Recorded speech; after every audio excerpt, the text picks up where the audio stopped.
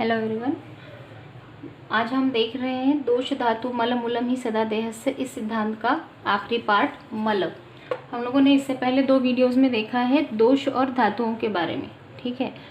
और ये बहुत ही इम्पोर्टेंट सिद्धांत है आयुर्वेद का। इसके ऊपर बहुत क्वेश्चंस आते रहते हैं एग्जाम में। लार्ज आंसरिंग क्वेश्चन भी आता है, दोष धातु मल मूलम ही सदा देहस्य, इस सिद्धांत को प्रूव कीजिए, या इस सिद्धांत का चिकित्सकीय महत्व, या इस सिद्धांत का आयुर्वेदीय महत्व सिद्ध कीजिए, एक्सप्लेन कीजिए। इस तरह के क्वेश्चंस लार्ज आंसरिंग इस पे आते हैं। और शॉर्ट नोट्स तो बहुत सारे आते हैं, दोष के ऊपर, धातु के ऊपर, मल के ऊपर, और इनका चिकित्सकीय महत्व के ऊपर भी शॉर्ट नोट आती रहती है। तो हमने दोष धातु इससे पहले 2 वीडियोज़ में देखा है मतलब शॉर्ट में देखा है हम लोगों ने। एक्चुअली दोष धातु बहुत वास्ट सब्जेक्ट्स टॉपिक्स हैं, और इस सिद्धांत के अकॉर्डिंग हमने इसका एक्सप्लेनेशन दिया है। तो अगर इस सिद्धांत के ऊपर कोई भी क्वेश्चन आता है आपको, शॉर्ट हो चाहे लार्ज आंसरिंग हो, तो इन तीनों वीडियोस के बाहर का कुछ नहीं आएगा। अगर इन तीनों वीडियो को आप लोगों ने अच्छी तरह से देख लिया और उसके अंदर के जितने भी छोटे बड़े श्लोक और कोट्स हैं उनको अच्छे से याद कर लिया एक बार, तो इसका कोई भी आंसर आप बहुत अच्छे से लिख सकते हो, ठीक है। तो शुरू करते हैं लास्ट वाला अपना मल। मल का डेफिनेशन, ये 3 जो मूल बताए गए हैं शरीर के, उसके अंदर का एक पार्ट है मल।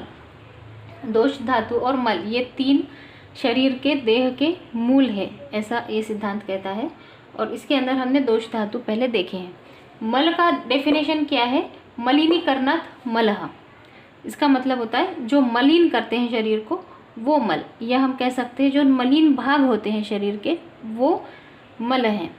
अब मलिन कैसे करते हैं शरीर को? अगर नहीं निकल गए शरीर से बाहर तो शरीर उसकी वजह से मलिन हो जाता है, इसलिए उसको कहते हैं मलिनीकरणात् मलः, ठीक है। इसकी संख्या 3 है। मल मूत्र शकृत स्वेदादयो, मल मूत्र शकृत स्वेदादयो अपि च। मूत्र, शकृत और स्वेद, ये 3 मल है। मूत्र यूरिन, शकृत स्टूल एंड स्वेद इज स्वेट, ठीक है। तो इनके अब कार्य देखेंगे 1 बाय 1। अभी ये श्रेष्ठ कार्य है, इसके अलावा भी और कुछ कार्य होते हैं, बहुत सारे कार्य करते रहते हैं, लेकिन ये वाले जो कार्य हमने यहाँ लिखे हैं वो श्रेष्ठ कार्य है, मतलब ये सिर्फ इनके कार्य हैं, ठीक है। पहला हम देखेंगे पुरुष या शकृत। शकृत को ही पुरुष भी कहते हैं,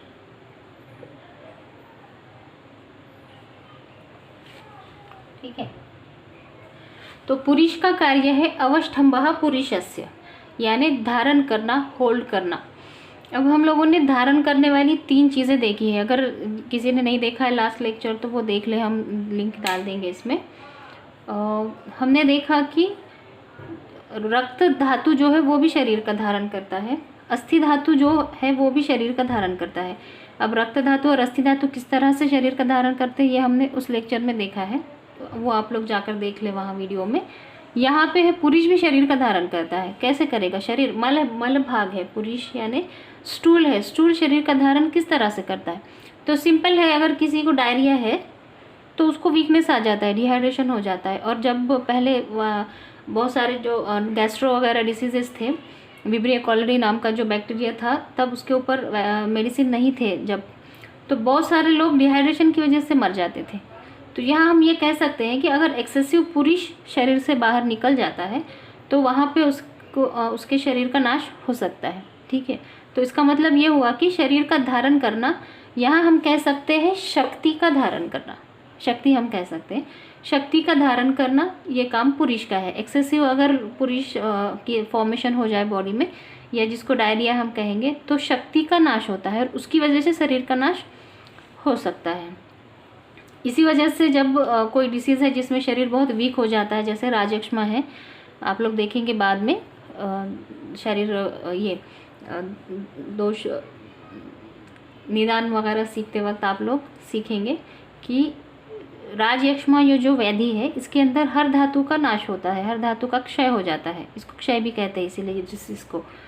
तो उस व्याधि के अंदर ये कहा गया है चिकित्सा के अंदर कि आपको पुरुष का संरक्षण करना है।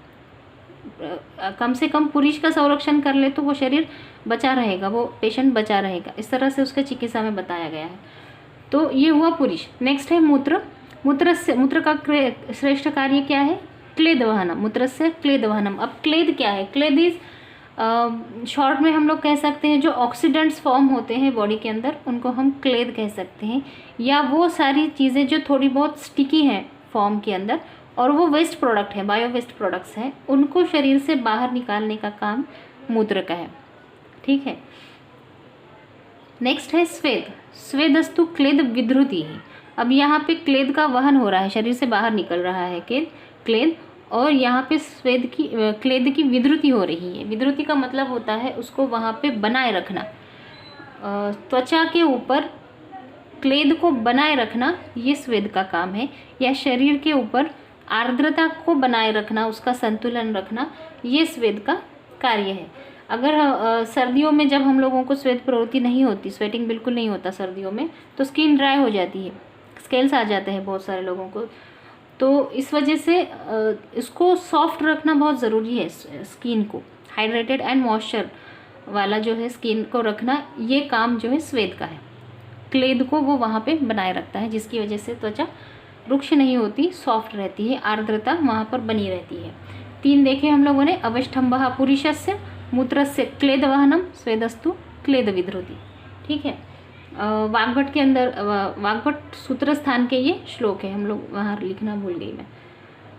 नेक्स्ट है इस सिद्धांत, ये हो गए दोष धातु मल, इसका सबका हमने डेफिनेशन देखा या व्युत्पत्ति देखी, उसका कार्य श्रेष्ठ कार्य देखा और उसके बारे में थोड़ा बहुत इन्फॉर्मेशन देखा। नेक्स्ट अभी छोटा सा पार्ट ये है जिसको हमको एक्सप्लेन करना ज़रूरी है लार्ज आंसरिंग के अंदर, कि सिद्धांत को क्यों सीखना है, दोष धातु मल को क्यों सीखना है, उनका चिकित्सा के अंदर क्या महत्व है। क्योंकि हम लोग डॉक्टर बन रहे हैं, तो जो चीज़ हम सीख रहे हैं उसका चिकित्सा से कोई ना कोई ताल्लुक होना चाहिए। तो इस हिसाब से इस सिद्धांत का क्या ये है, अकॉर्डेंस है चिकित्सा के ऊपर। तो सिद्धांत का चिकित्सा में महत्व, ठीक है, ये श्लोक हम वहाँ पर डाल सकते हैं। सुश्रुत सूत्र स्थान का श्लोक है जिसके अंदर दोष धातु और मल का इम्पोर्टेंस बताया गया है शरीर में, और स्वस्थ की डेफिनेशन बताई है, स्वस्थ किसको कहेंगे ये इसमें बताया है। तो समदोषः सम अग्निश्च सम धातु मल क्रिया प्रसन्नात्मेन्द्रिय मन स्वस्थ इत्यादि दीयते। ये श्लोक है स्वास्थ्य का, सुश्रुत सूत्र स्थान का श्लोक है कि स्वस्थ किसको कहेंगे, शरीर स्वस्थ है इस ऐसा किसको कहेंगे, जिसके शरीर में दोष सम अवस्था में है, ना बढ़े हुए हैं या ना घटे हुए हैं। अग्नि सम है, अग्नि आगे हम लोग सीखेंगे।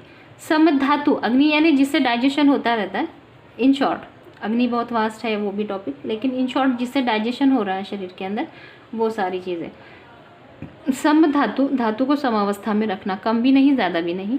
सम मल क्रिया, मल भी साम्य अवस्था में रखना। ये तीनों को, चारों को जब सम अवस्था में रखा जाएगा, और प्रसन्न आत्मा, आत्मा मन और इंद्रिय सब जब प्रसन्न रहेंगे तब उसको हम स्वस्थ कहेंगे। ओब्वियसली दोष धातु मल ये सब स्वस्थ होंगे तभी आत्मा और मन भी प्रसन्न रहेगा, और जब ये सब अपने सही टाइम सही कंसंट्रेशन में रहेंगे हम कह सकते हैं, तो तब उसको हम कहेंगे स्वस्थ है। अभी हम लोग जो देखते हैं रिसेंट में बहुत सारे मसल्स बनाए जाते हैं, पैक्स बनाए जाते हैं, तो ये अति प्रवृत्ति है धातु की। तो वहाँ पे बाद में उन लोगों को बहुत सारे डिसीज़ दिखते हैं, उसको हम स्वस्थ नहीं कह सकते। स्वस्थ उसको कहेंगे जिसको सब नॉर्मल फॉर्म में है, नॉर्मल क्वांटिटी में है और क्वालिटी में भी है, उसको हम स्वस्थ कहेंगे। तो ये हमारा सिद्धांत है स्वस्थ का, और हमारा आयुर्वेदिक का उद्देश्य भी यही है, स्वस्थ को स्वस्थ रखना, फिर आतुर की चिकित्सा करना या जो बीमार है उसकी चिकित्सा करना। पहले स्वस्थ को स्वास्थ्य रखना है, स्वस्थ से स्वास्थ्य रक्षणम, ये हमारा पहला उद्देश्य है। और उस उद्देश्य को पूर्ण करने के लिए, उस उद्देश्य को पूर्ण करने के लिए हमें इन तीनों के बारे में मालूमात होनी चाहिए, और उसके बाद ही हम ये सीख पाएंगे कि उसको समावस्था में कैसे रखा जाए। तो ये हुआ इस सिद्धांत का आयुर्वेद में इम्पोर्टेंस, दोष धातु मलमूलम ही सदा देह से। ये सिद्धांत हमारा यहाँ पे ख़त्म हुआ। 3 वीडियोज़ है इस सिद्धांत के ऊपर, तीनों हम लोग लिंक डाल देंगे, तो उसको आप लोग अच्छे से कर लो, ये बहुत इम्पोर्टेंट है, ये बहुत बार आता रहता है क्वेश्चन। इसके बाद हम शुरू करेंगे मर्म चिकित्सा, मर्म टॉपिक, ठीक है। Thank you.